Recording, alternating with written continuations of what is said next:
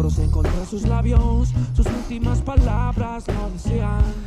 Así arrancamos nosotros en nuestro segundo bloque de Gente Digna. El segundo bloque siendo las 8:39. Vamos a aprovechar el tiempo. Vamos a saludar rápidamente al ministro de Desarrollo Social y amigo, el señor Fernando Mesa. ¿Cómo le va? Muy buen día. ¿Cómo anda usted? Bueno, buen día. Gracias por la invitación. Gracias por venir, amigo. Plena Semana Santa, poca gente en la ciudad. Me dijeron que estuvieron tocando el tema. Sí. Nadie, boludo. No me desperté por el ruido de los autos, que por lo general me despierto yo por eso. 6 de la mañana pasan todos los autos acá frente a casa, ¿viste? Y no, nada. Me desperté a las 6:15. Sí, lo que pasa es que viene un fin de XXL. Sí. Eso. Bueno, ¿y cómo estamos? Quiero arrancar de la siguiente manera, Fernando, que por ahí es un tema de tu competencia. Sabemos que a nivel nacional hay muchos recortes de planes, de no sé si decir los planes, programas sociales. Porque viste que planes como que le deslegitima, si se quiere, a un programa, un beneficio social que tienen muchas familias, ¿no? Hay una población que es estigmatizada con ese nombre, ¿no? Pero en definitiva son programas sociales, que hay varios en vigencia. Creo que lo que te referís en cuanto a mi cartera vendría a ser lo que es el potencial trabajo, que está pasando por un proceso de revisión. Pero no del día de diciembre en adelante, sino hace un tiempo atrás también pasó por un proceso de auditoría. ¿Es real? Recuerdo que entre octubre, noviembre y diciembre del 2021 y 2022 y el transcurso también del 2023 pasó por distintos estadios, formato de auditorías presenciales, formato de auditorías también por medios digitales a través de la aplicación MIS Argentina, que fueron arrojando algunos datos. ¿Qué pasó del día de diciembre a la fecha? Se empezaron a hacer algunos cruzamientos de datos y se dieron la descontinuidad de varios beneficiarios. En el caso de la provincia de Misiones, nosotros incluso hemos realizado los reclamos formales por vías institucionales de algunos beneficiarios que han perdido el beneficio propiamente dicho y que entendemos que no habría incompatibilidad, sobre todo en lo vinculado a los viajes al exterior. ¿Sí? Eso nosotros hemos presentado. Tenemos una nómina de casi 180 personas que por haber viajado a Brasil o a Paraguay fueron descontinuados de manera transitoria y bueno, lo que solicitamos es la incorporación. Una nómina, una tanda de estos beneficiarios ya fueron incluidos nuevamente y estamos esperando el corte para este mes a ver si la otra nómina puede volver a ser incluida. Para excluir el tránsito vecinal fronterizo. Claro, sí, claro. Que sería la gente que habitualmente que viajan a avión, no es que se va, no se fueron de vacaciones a las playas de Brasil, sino que cruzan al otro lado a visitar la familia seguramente. Pero esta cuestión hay que llevarla a la mesa nacional, ¿no? Porque tenemos una economía pendular, hay momentos en determinados gobiernos que la economía por ahí conviene más en la vecina orilla o en la nuestra, y esto también genera por ahí que muchas veces se tomen decisiones desde el gobierno central desconociendo la idiosincrasia o el movimiento pleno de algunas provincias, ¿no? Esto es lo que muchas veces se dice desde el gobierno de la provincia, no entienden cómo funciona una provincia de frontera, ¿no? Sí, son estas cosas. Es muy difícil explicar muchas veces o que cuando ven la realidad intentar desmembrar por ahí programas que son enlatados o decisiones muchas veces que son muy ajenas a nuestro territorio. Cuando vos le decís que nosotros tenemos que llevar el gas en una garrafa o una casa, no lo entienden. Y que lo tenemos que comprar en un kiosco de la esquina o que tiene que ir una camioneta a llevar a un domicilio. O decirle que muchas veces, no sé, un partido de fútbol que se juega en San Javier, el fin de semana siguiente se juega en Puerto Javier. Claro. O que solamente tenemos 3 pasos fronterizos habilitados a las 24 horas y que el resto por ahí puede ser pasos que tienen horario administrativo y que muchas veces nuestros vecinos se van a la vecina orilla en un horario descontinuado. Esto pasa en nuestra realidad. Sí. Claro.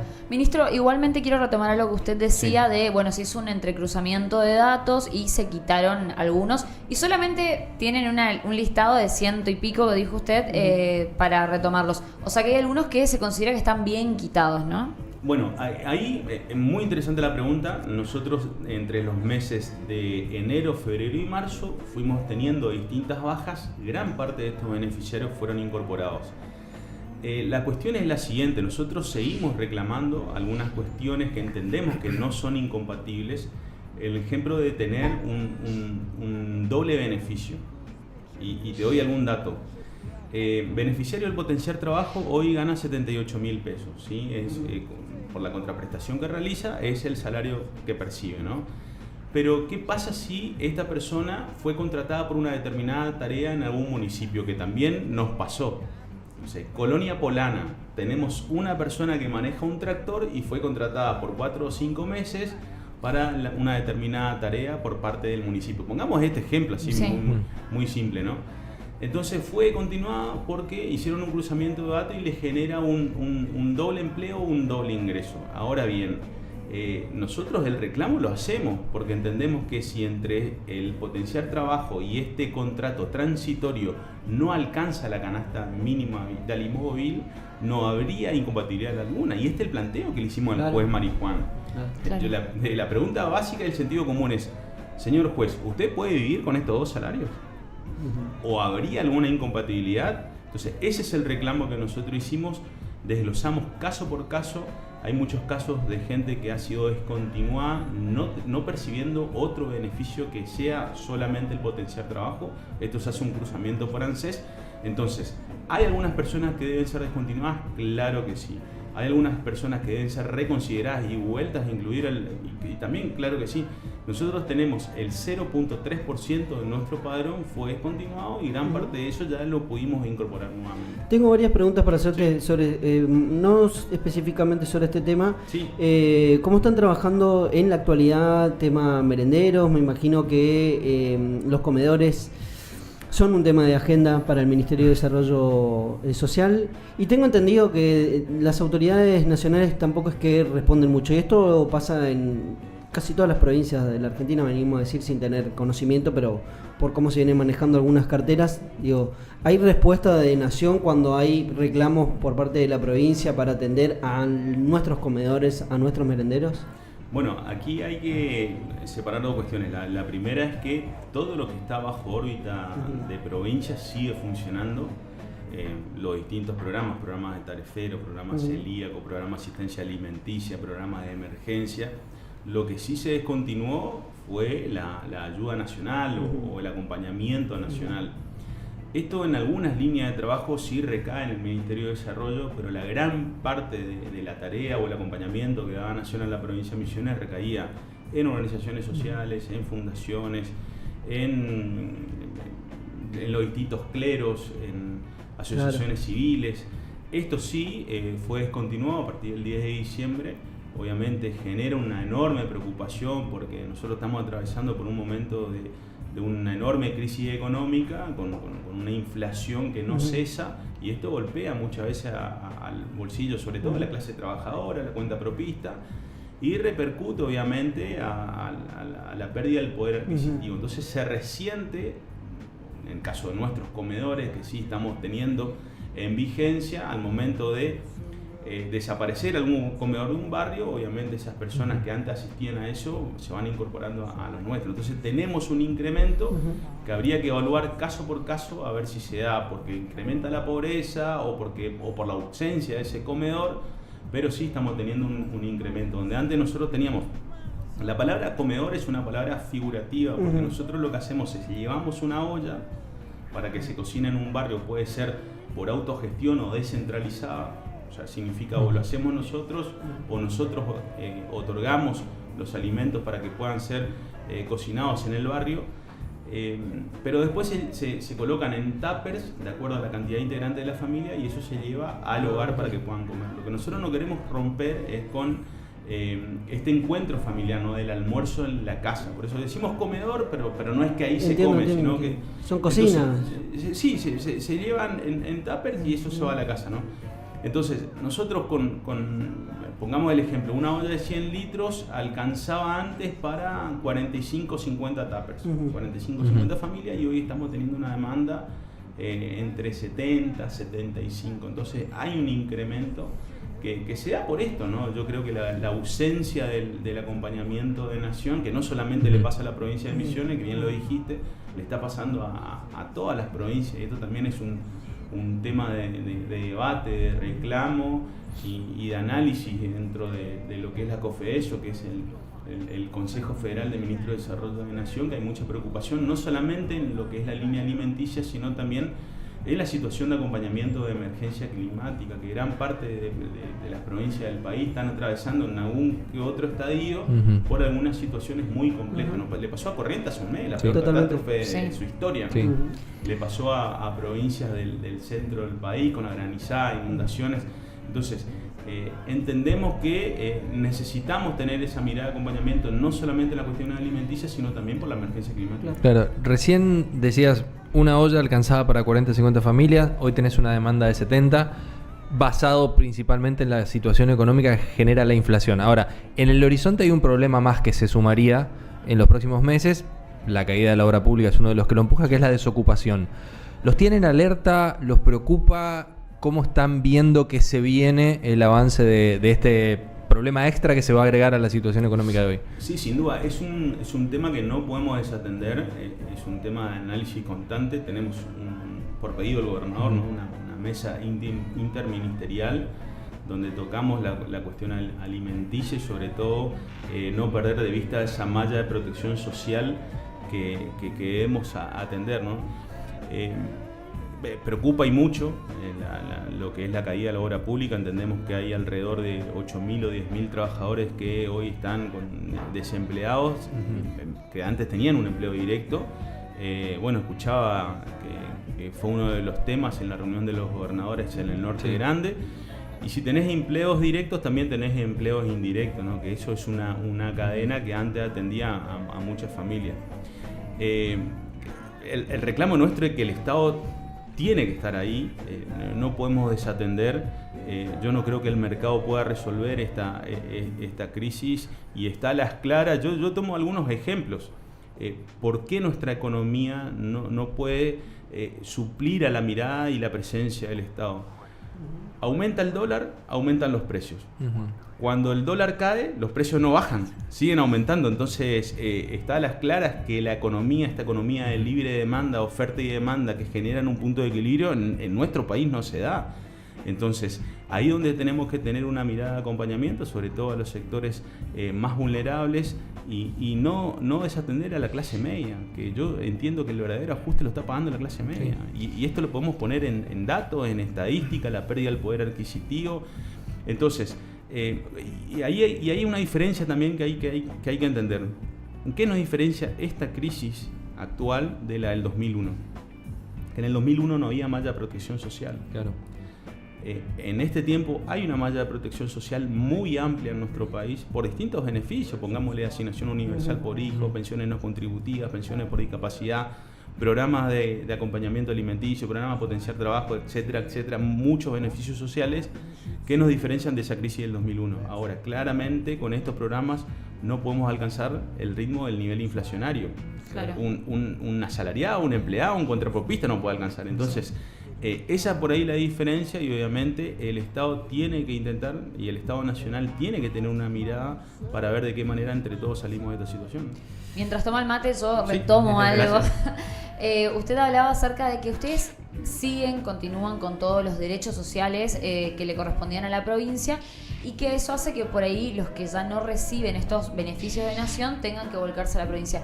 Pero en lo particular, ¿ustedes se vieron en la necesidad de por ahí suplir esto que dejó de mandar la nación? Por ejemplo, bolsones de comida y eso, ¿tuvieron que duplicar o por ahí no tanto? Nosotros fuimos haciéndonos cargo de algunas cuestiones en cuanto a la ausencia de nación. Te doy el ejemplo del SAE, que es el Servicio Alimentario Escolar. El Servicio Alimentario Escolar era una partida dual, una parte la ponía la provincia, otra parte la ponía la nación, para la copa de leche en todas las escuelas. Obviamente nosotros, en cuanto a mi cartera ministerial y la de mi vecino, digo yo, por me ubico en el centro cívico del Ministerio de Educación, hicimos los reclamos correspondientes a la nación, porque hay una situación también que se da. El Ejecutivo Nacional está proyectando un presupuesto que fue sancionado el año anterior, con un nivel de inflación que cercano, si tomamos un promedio interanual, del 200%. Entonces, si yo te doy la misma plata que te daba el año pasado en marzo o abril, tal vez te compras la mitad de las cosas. Entonces, estas cuestiones que hoy son necesarias se está haciendo cargo la provincia, con cajas muy resentidas. Nos pasa a nosotros y les pasa al resto de la provincia. Nos hicimos cargo del FONIT, nos hicimos cargo de la quita del subsidio al transporte público. O sea, el boleto estatal estudiantil y gratuito sigue funcionando. Entonces el interrogante es ¿hasta cuándo? ¿Hasta cuándo las provincias pueden hacer frente a esta situación que va agobiando las cajas de las provincias, ¿no? Entonces hablábamos de la obra pública. La obra pública es importantísima, nosotros la necesitamos. Yo decía, entre los programas nuestros que tenemos en el desarrollo social, tenemos los espacios primera infancia. Y rápidamente me viene el ejemplo de un espacio primera infancia que pusimos en funcionamiento a fines del año pasado, en Almafuerte. Y yo decía que para que el productor de la chacra misionera pueda sembrar y poder vender en nuestra feria, necesitamos tener a nuestros niños en el espacio primera infancia. Y para que el productor pueda sacar sus productos, el asfalto tuvo que llegar a Almafuerte. Entonces, ahí se da esta situación, ¿no? del gobierno con la obra pública para que llegue el asfalto, esta sinergia con Nación para montar o el desarrollo de un espacio de primera infancia para que el productor pueda ser autosuficiente y poder traer su producto de la chacra a la ciudad. ¿Y qué humor ves en este contexto? Vos sos un chabón que trabaja hace mucho en política y que sos una persona que está involucrada hace mucho, sobre todo con sectores sociales. ¿Qué está cambiando el humor de enero a fines de marzo? Sí, sin dudas. Yo por ahí escucho mucho, bueno, antes de llegar acá venía escuchando nuevamente, dice, están quemando los dólares para llegar a fin de mes. Y el que no tiene dólares, claro, a mí es una situación que me preocupa mucho. Yo intento tener un sentido común, recorro mucho, escucho mucho. Esta situación, bueno, lo vemos, las aplicaciones hoy de venta, el que no tiene dólares se desprende de cosas de la casa. Sí. Nosotros pusimos en marcha un mercado circular, que es un mercado de venta e intercambio, y vemos que cada vez toma más volumen, más crecimiento. Bueno, y vemos también de que ausencia de ruido en la ciudad se da porque aumenta el combustible, porque la gente hoy va midiendo un poco más los gastos. Obviamente eso genera un mal humor. Ahora, también está la otra pregunta, es ¿qué pasó para que lleguemos a esto? Sí. O sea, algo autocrítica tenemos que tener también, para que se entienda que el enojo, la ira, la frustración podía ser una alternativa para nuestro país. Entonces hay muchísimas cuestiones que hay que poner sobre la mesa, evaluar. Yo siempre digo que el Estado debe estar, pero un Estado eficiente, un Estado que también genere las correcciones necesarias para poder acompañar al desarrollo pleno, no solamente del comercio, la industria, la forestoindustria, el desarrollo de las distintas actividades de obra pública, pero también teniendo en cuenta que esas necesidades deben ser reales y deben llegar a los vecinos, a la vecina, a los ciudadanos, para satisfacer esas necesidades, ¿no? Y claro, que el Estado no sea una carga o una mirada despectiva hacia el Estado, sino que sea un Estado eficiente, transparente, que rinda cuentas, que genere cruzamiento de datos, pero que también sea una alternativa de esperanza para el desarrollo pleno de la vida de cada uno de nosotros, ¿no? ¿Te quedan 5 minutitos más? Le tengo que dar el cierre a la gente de Canal 4 Posadas. Saludamos al señor Horacio Toledo y a todas las autoridades del canal que hacen posible que lleguemos a tantos hogares a través de este medio de comunicación tan prestigioso. Nosotros nos quedamos un ratito más con Fernando, con Dami. Te quedas 5 minutitos más para seguir haciendo una preguntita cada uno y ya estamos. Gracias a la gente de Canal 4, quédese con la programación de ellos. Nosotros ya volvemos. Now you realize that nobody cares who's been shitting who and where shit will come from.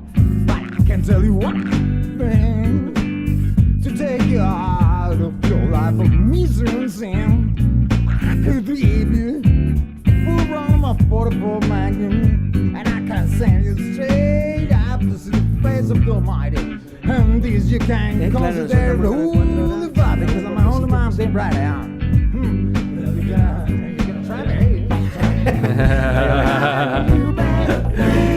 Qué malo que sos. Vamos a ir, estamos al aire ahora. Así que todo lo que dijimos en ese breve lapso, no ustedes no lo escucharon. Dimos una clave esencial. No, pero está buena la charla porque la verdad que es algo que nos interesa y me parece que es una persona que tiene un termómetro ahí y que nos puede comentar sobre muchas de las cosas que nosotros analizamos desde por ahí una cuestión más desde lo mediático, de agenda, etcétera. Pero viste, tener el termómetro es algo propicio para estos tiempos, ¿no? Y hablamos un poco del humor social. ¿Y qué se está haciendo desde el Ministerio de Desarrollo, digamos? ¿Cuáles son los programas que están implementando? ¿Cómo se manejan con esta urgencia, digamos? Porque me imagino que todo está muy relacionado a la urgencia, al ya.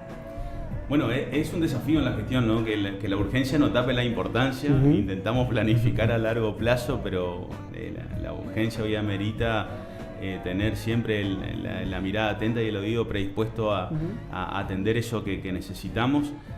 Nos adentramos en unos meses que entendemos que van a ser lo más duros, así que bueno, seguir insistiendo con el funcionamiento de los programas que vamos teniendo. Tenemos lo que es agenda abril y mayo también ya armada, sobre todo en la puesta en marcha o visibilizar el espíritu emprendedor que venimos trabajando durante más de 2 años en el Ministerio. Pusimos en marcha casi 800 emprendimientos en toda la provincia, así que en abril vamos a tener otra jornada de desarrollo Innova que también es visibilizar y seguir capacitando. Sostener nuestra malla esta de protección alimenticia, no solamente en la ciudad, este acompañamiento que hacemos a los municipios, que también nos demanda mucho esfuerzo, mucho compromiso, el cuidado de los recursos, verificar también dentro de nuestra cartera que esos beneficios lleguen realmente a las personas que necesitan. Tuvimos por ahí algunas situaciones, sobre todo a fin de año y los primeros meses de este año, que dejamos a las claras que nosotros queremos hacer bien las cosas. Llevamos adelante denuncias, incluso penales de un desvío o posibles desvíos de mercadería. Esto lo hacemos no solamente dentro de nuestra cartera ministerial, sino también en un trabajo conjunto con otras carteras ministeriales, sobre todo para que lo que hoy el Estado misionero está brindando llegue realmente a la gente que está necesitando, ¿no? Ministro, el año pasado la Renovación ganó y fue contundente, o sea, hubo una legitimación de las políticas públicas, pero por otro lado también arrasó Milei. Entonces, ¿cómo hacen ustedes para conciliar? Porque se podría decir que realmente son 2 proyectos en cuanto a la redistribución de la riqueza, del Estado presente o no, muy distintos. ¿Cómo concilian ustedes eso? ¿Cómo lo interpretan? Bueno, yo no creo que una elección tape la otra, eso es una cuestión también, porque hay mucho de esto que la gente votó el proyecto nacional. Sí, votó el proyecto nacional y está a las claras, por eso hoy tenemos un nuevo presidente, pero también los vecinos, las vecinas, los misioneros, misioneras y el resto del país votó a sus fuerzas provinciales o a sus electos hoy gobernantes provinciales. Entonces, esa coyuntura y esa mirada tiene que generar un equilibrio. Yo me quedo con el discurso del gobernador el 10 de diciembre, el gobernador electo Hugo Pasalaco decía: nosotros no vamos a poner el palo en la rueda a nadie, pero también queremos que se respete nuestra identidad, nuestros reclamos. Nosotros tenemos cuestiones que hacen todavía que Misiones necesite una mirada, sobre todo de reparación histórica. Somos la única provincia en el país que no tiene gasoducto, y ese es un reclamo en el cual no podemos renunciar. Somos una provincia que... Parece tan lejano igual, Fernando, con todas las urgencias que hay, viste. Pero no podemos renunciar a eso. A mí me duele y mucho cuando escucho que hay una persona, un vecino, que hoy esté pagando tarifas abismales de luz, cuando en Buenos Aires te están pagando 10.000, 11.000 pesos.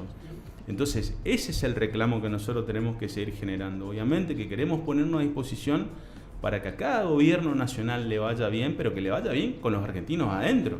Claro. Porque de nada sirve un superávit, de nada sirve mejorar las cuentas si hay miles y miles de familias que hoy la están pasando muy mal. Entonces, yo creo que hay que encontrar esos puntos de equilibrio, y la única forma de llegar a ese equilibrio es el diálogo. Si no hay diálogo no podemos alcanzar nada. Pero tampoco podemos estar peleados con todo el mundo. O sea, yo veo un gobierno nacional que hoy se jacta de pelearse con todo el mundo, con los medios, con los gobernadores, con los senadores, con los diputados, con los gremialistas. Entonces, pero si no hay diálogo, si no hay consenso, si no hay punto de equilibrio, ¿a qué puerto vamos a llegar? No sé, eso es la política, ¿no? Es una opinión muy mía, sí.